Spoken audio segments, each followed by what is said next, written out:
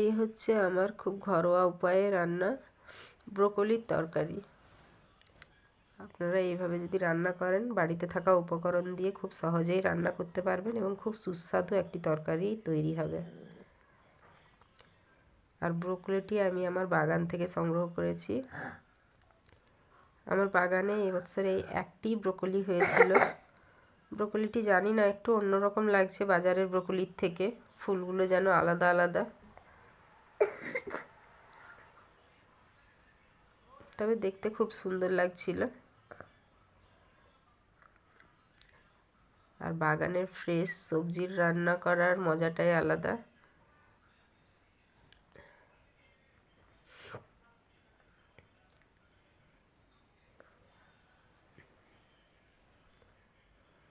এই সবজিগুলো আমি আজ বাগান থেকে সংগ্রহ করেছি। কিছু টমেটোও পেড়ে নিয়েছি।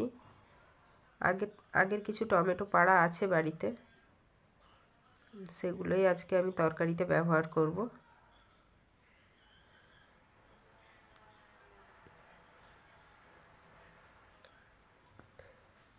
এবার আমি ব্রোকলিটি নিয়ে আজকে রান্না শুরু করব। প্রথমেই আমি একটি পাত্রে জল গরম করে নিয়েছি। ব্রোকলিগুলো আমি আগের থেকে কেটে রেখেছিলাম। এবার ধুয়ে রাখা ব্রোকলিগুলো আমি গরম জলে দিয়ে দিচ্ছি। গরম জলে মাত্র 2 থেকে 2.5 মিনিট ব্রোকলিটা আমি সেদ্ধ করে নেব। এর থেকে বেশি সেদ্ধ করব না। আর অবশ্যই জলটা গরম হওয়ার পরেই ব্রোকলিটা দেব।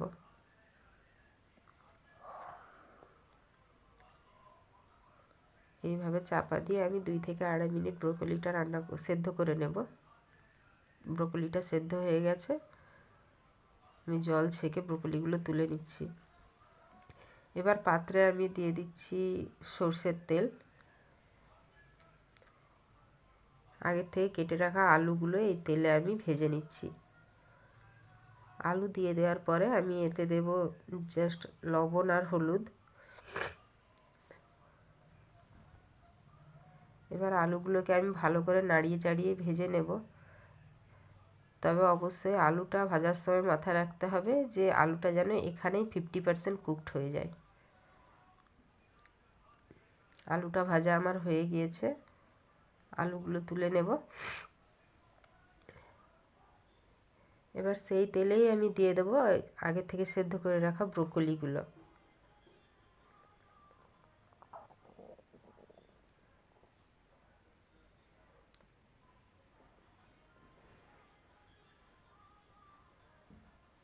এই ব্রোকলিগুলো দিয়ে খুব অল্প সময় 1 থেকে 1.5 মিনিট জাস্ট ব্রোকলিগুলো ভেজে নেব। আর ব্রোকলিতে আলাদা করে হলুদ গুঁড়ো দেবো না, শুধু একটু লবণ দেব।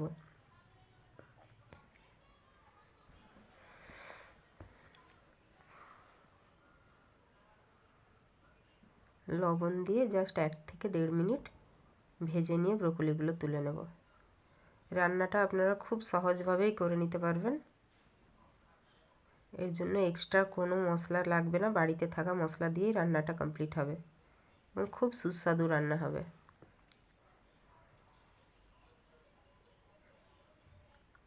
এবার আমি সেই পাত্রে আরও অল্প কিছু তেল দিয়ে দিচ্ছি। তেলটা গরম হলে আমি তাতে পেঁয়াজ কুচি দিয়ে দিচ্ছি।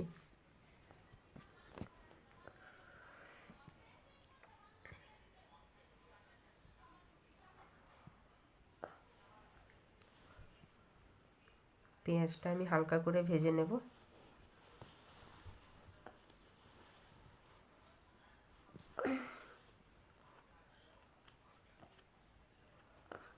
এই যে জাস্ট এই পর্যায়ে আসবে পেঁয়াজটা। এবার পেঁয়াজে আমি হালকা জল অ্যাড করে দেব,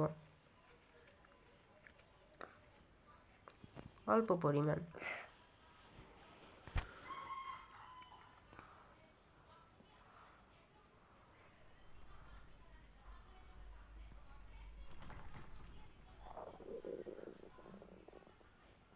এবার আমি পেঁয়াজে দিয়ে দিচ্ছি আদা রসুন বাটা, হলুদ গুঁড়ো, জিরে গুঁড়ো, ধনে গুঁড়ো,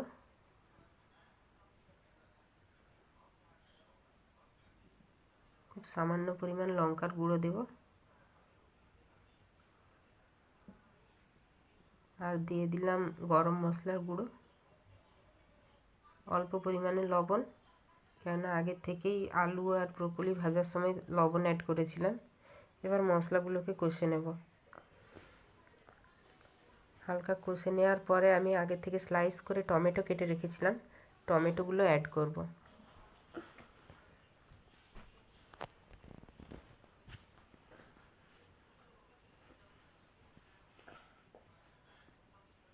টমেটোগুলো মশলায় ভালো করে আমি মিক্স করে নিচ্ছি।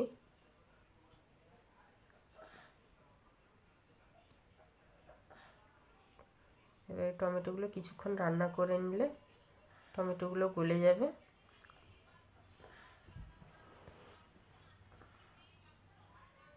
একটু চাপা দিয়ে হালকা আঁচে আমি রান্না করে নিচ্ছি 2 থেকে 3 মিনিট।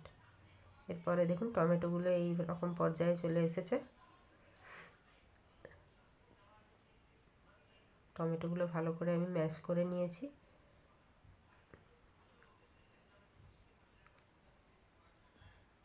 এবার ভালো করে মশলাটা কষে নেব।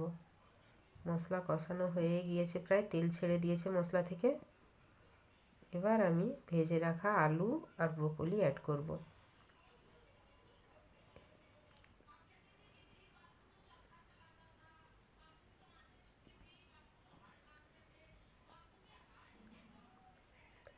মশলাটা ব্রোকলি আলুর সঙ্গে ভালো করে মিক্স করে নিচ্ছি।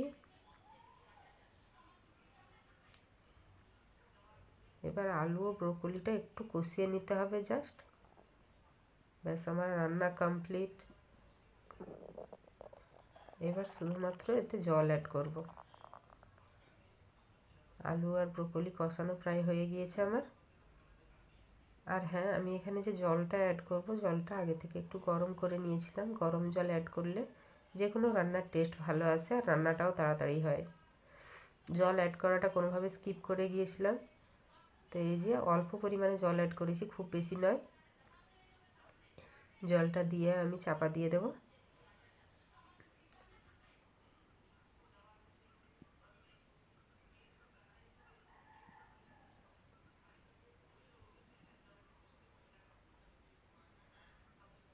এই যে আমার রান্নাটা হয়েই গিয়েছে, আলুগুলোও সেদ্ধ হয়ে গেছে। আর আপনারা যে যেমন ঝোল রাখতে চাইবেন সেই হিসেবে রাখবেন।